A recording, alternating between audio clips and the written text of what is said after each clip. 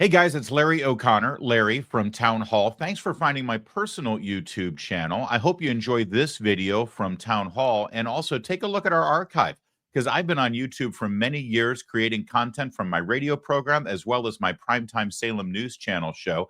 And make sure you subscribe, because we've got brand new original content coming out on this very channel very, very soon. Well, there's no party over on MSNBC right now. Joe and Mika started their program today lamenting the fact that people aren't watching cable news anymore, that they're not relevant anymore. And as you watch this quick discussion about these new findings about social media and the influence and power of the X social media platform, you might start laughing to yourself as you realize they still don't get it. Take a watch and then we'll discuss. 1 in 5 adults regularly get their news from influencers on social media.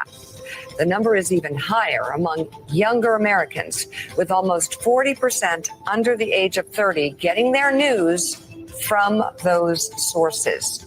According to the Pew Research Center, the social media site X remains the most widely accessed platform, followed by Instagram and YouTube. I mean, that comes obviously for political news. And Mike, that's the challenge. You grew up in a newsroom like Gene grew up in a newsroom.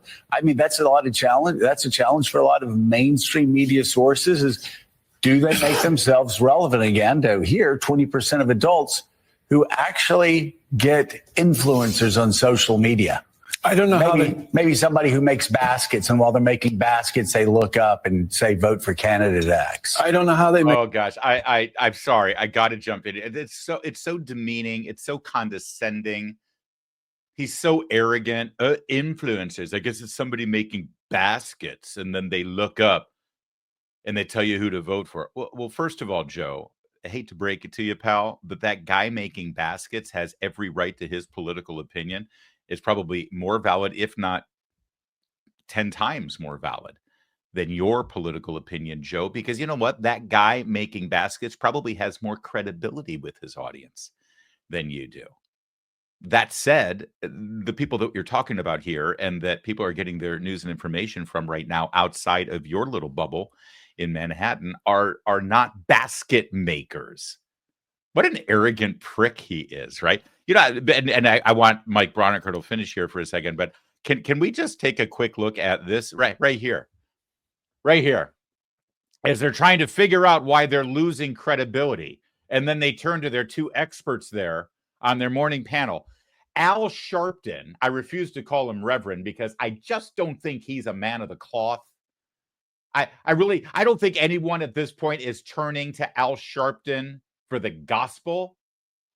Al Sharpton, race baiting Al Sharpton, whose claim to fame was to start race riots in New York City and to take up the cause of Tawana Brawley, the story which turned him into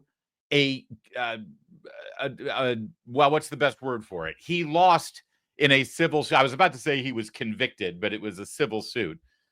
But he lost in a civil suit of defamation. He was held responsible for publicly defaming an innocent man in the Tawana Brawley story. Okay? So that's the man on the right, a known liar. Okay? And race baiter. Okay? And then the guy on the left, Mike Barnicle. Mike Barnicle. Oh, didn't he used to write at the Boston Globe? Boston Globe columnist at Mike Barnicle.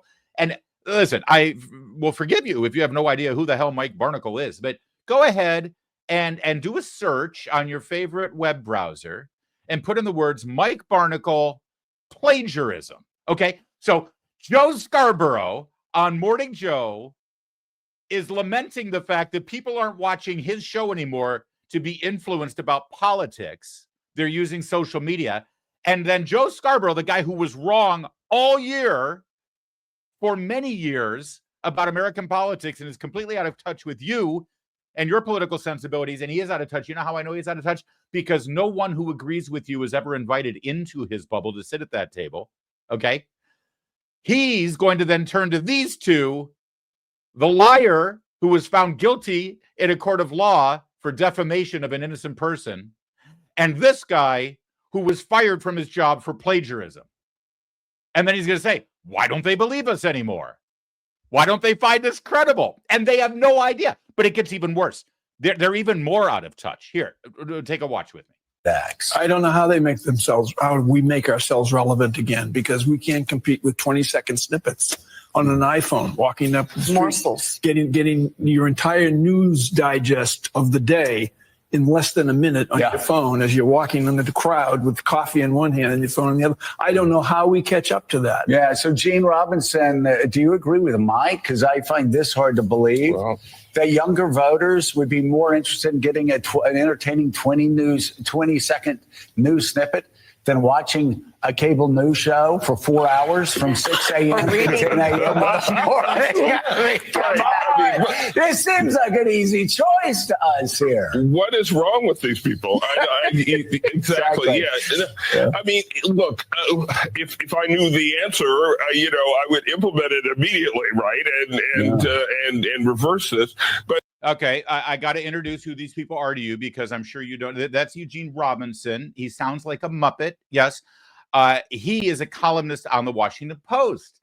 The Washington Post, a newspaper following Eugene Robinson's lead, who spent the last 8 years of our life telling us not only is Donald Trump a racist and a Klansman and a fascist and Hitler, but he also said that very fine people were white nationalists and neo-Nazis, and that he was guilty of Russian collusion, and he paid Russian prostitutes to urinate on a bed that the Obamas slept in. They published crap like that as fact in their newspaper. So now we're going to turn to Eugene Robinson to ask, why don't they find us credible anymore? Why don't they turn to us for news and information? Okay, Mr. Muppet Mouth, go ahead. He does. He sounds like a Muppet. Listen to his voice. But we have to compete. I mean, the answer is we don't know how to compete with these social media basket-making influencers or whatever, but we have to. And so we've got to figure out ways to do it, and maybe we make our own 20-second snippets, and we meet viewers where they are. We meet news consumers where they are because they're not here, and that's the problem. That's my favorite part. That's my favorite part.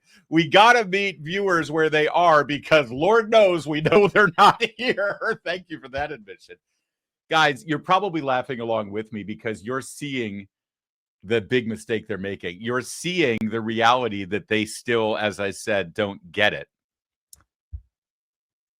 Because did you hear what they kept saying? The basket weavers, the people making baskets, and then they look up and they tell us their news. Oh, well, they're looking at 20-second sound bites as they're walking to the train station. By the way, typical Mike Barnacle, he thinks, wow, these vast swaths of Americans. Okay, just so you know, Mike, it's New York and Boston where people walk to the train. Everywhere else in this country, for the most part, they're driving to work, right? They're commuting for long periods of time. They're not looking at their phone as they walk to the train. Tell me you're not a big city East Coast elitist without telling me you're a big city East Coast elitist.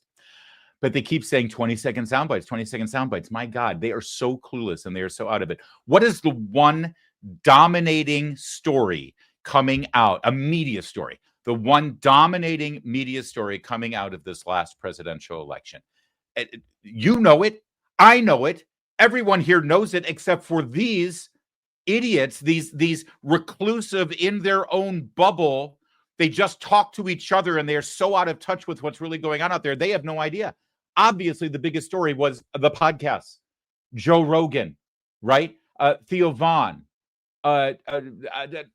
These are not 20-second. In fact, quite the opposite. Oh, how can we get people to sit and watch a 4-hour news show like ours? It's not a question of sitting and watching. They sit and watch 3+ hours of Joe Rogan on a regular basis. Donald Trump went and spoke for 3 hours. J.D. Vance sat with Theo Vaughn for 2 hours, I think, on that podcast.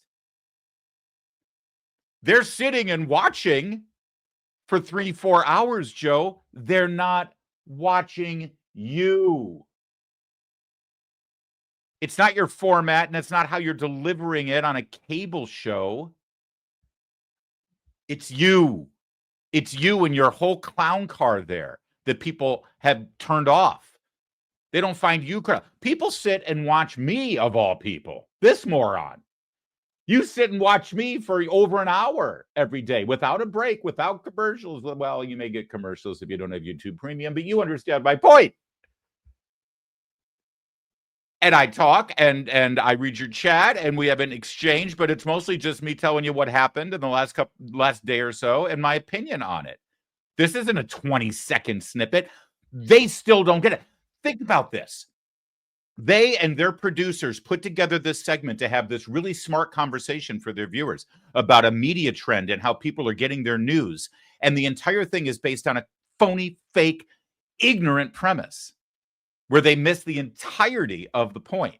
When people say they're getting their news from social media, from alternative streaming options, or from the X platform, that doesn't mean they're getting it in 20-second sound bites, you moron.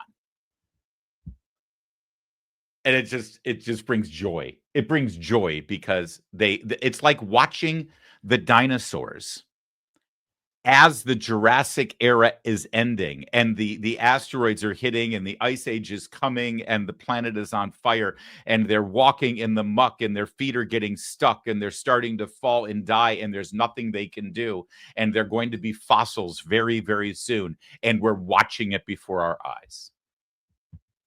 Oh, and speaking of fossils, sorry, I should have given you a trigger warning on that one.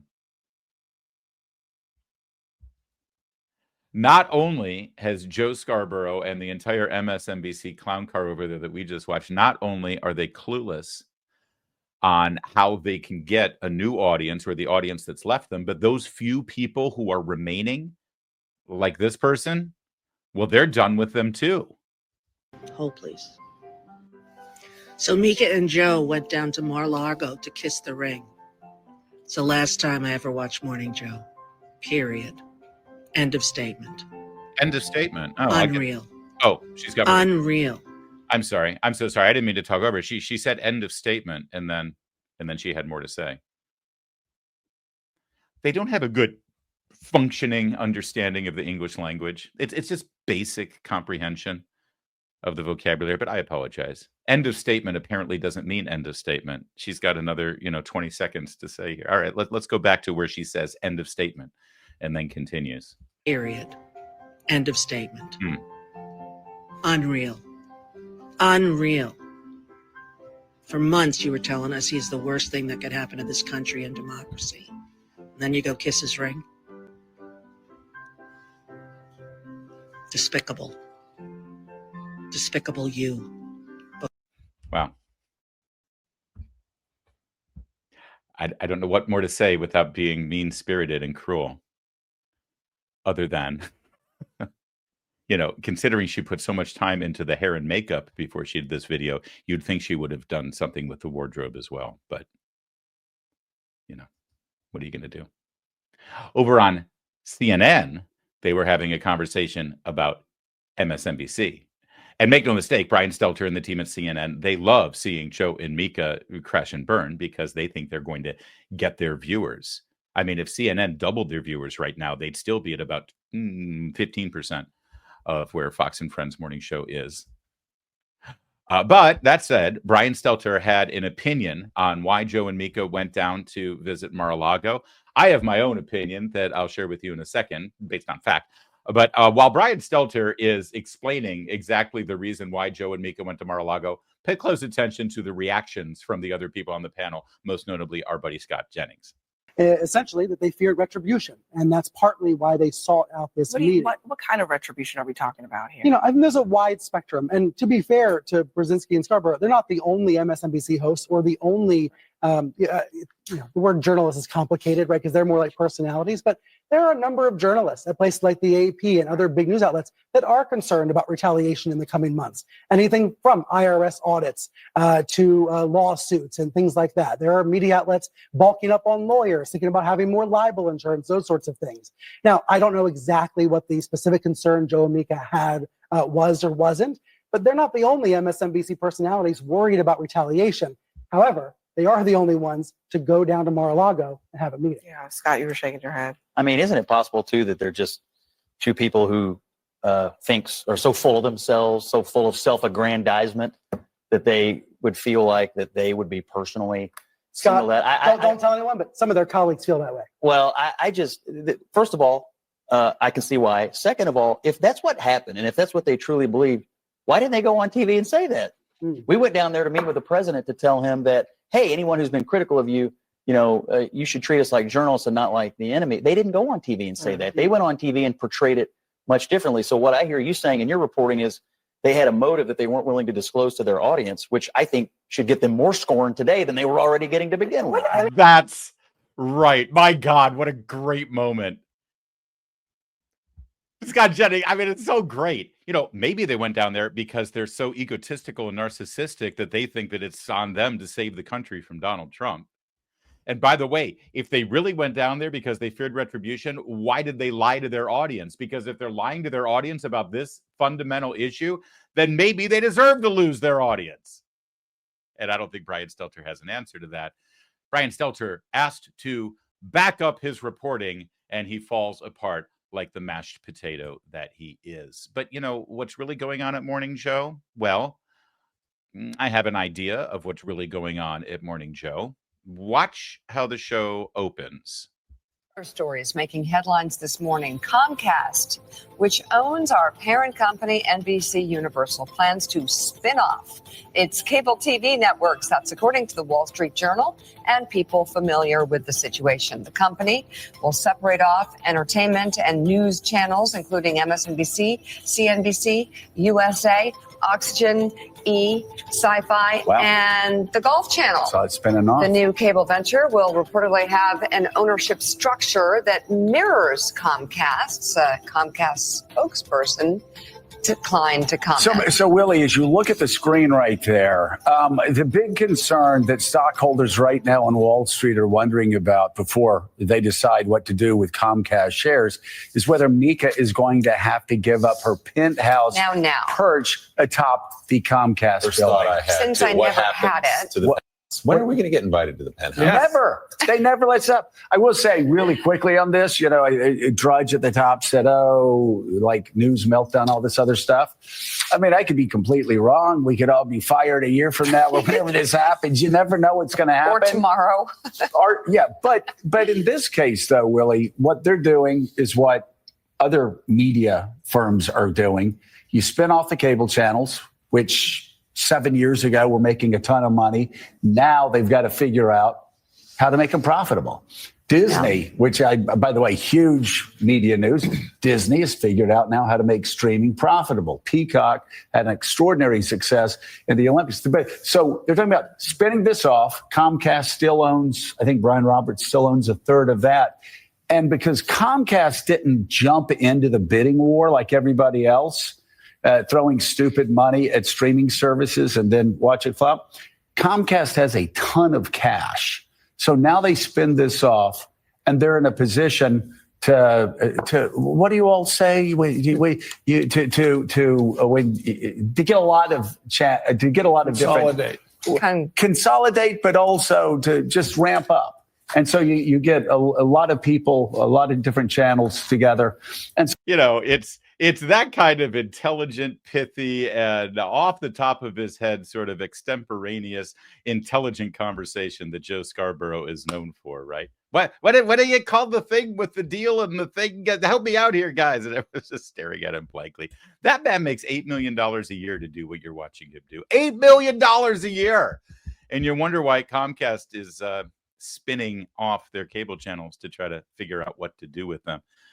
They want to sell this whole piece of garbage. And yes, the cable channel is the most expensive part of what they do there is the access to all those cable boxes that are quickly becoming irrelevant, just like these two are quickly becoming irrelevant. You heard it from his own mouth. We could be fired next year.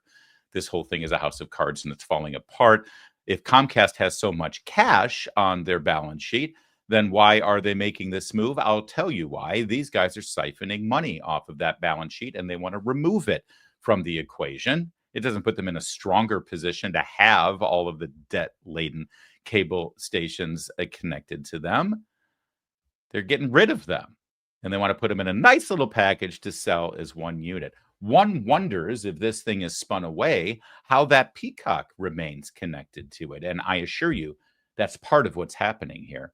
You see, the people on NBC News, the big brothers of MSNBC, are sick and tired of their brand being dragged down by people like this, or Rachel Maddow, or Chris Hayes, or anybody else in primetime over on MSNBC. Let's not forget Joy Reid.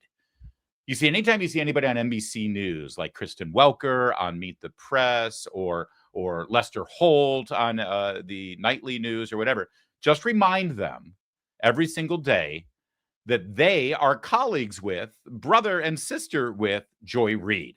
They carry the same brand. They carry the exact same journalistic standards. As far as the public is concerned, as long as that peacock is right there under Joy Reid's crazy eyes, and that peacock is right under Lester Holt's exceedingly growing forehead, they're the same. And Comcast needs to do something to salvage their news brand. So they're kicking these guys out. And that's why they're irrelevant. That's why nothing's happening. It's the greatest headline I've ever seen. $7 billion spinoff of NBC Universal cable channels. And this whole thing about, well, you know, everyone else is doing streaming and, you know, that could be, but they've got Peacock. If streaming is so smart, then they just convert this to a streaming channel, but they're not. They're consolidating it and they're spinning it off, and it's going to be on the market. They're done. They're history. They're finished. MSNBC has completely ruined themselves. And it's a beautiful thing to watch. Thanks again for watching this video from Town Hall. And if you haven't already, please subscribe to this channel, the Larry O'Connor channel, because we've got some brand new original content coming that you're going to love. Live streams as well as videos on a daily basis. Tons of it that I know you'll like. So subscribe. And again, thanks a lot for watching.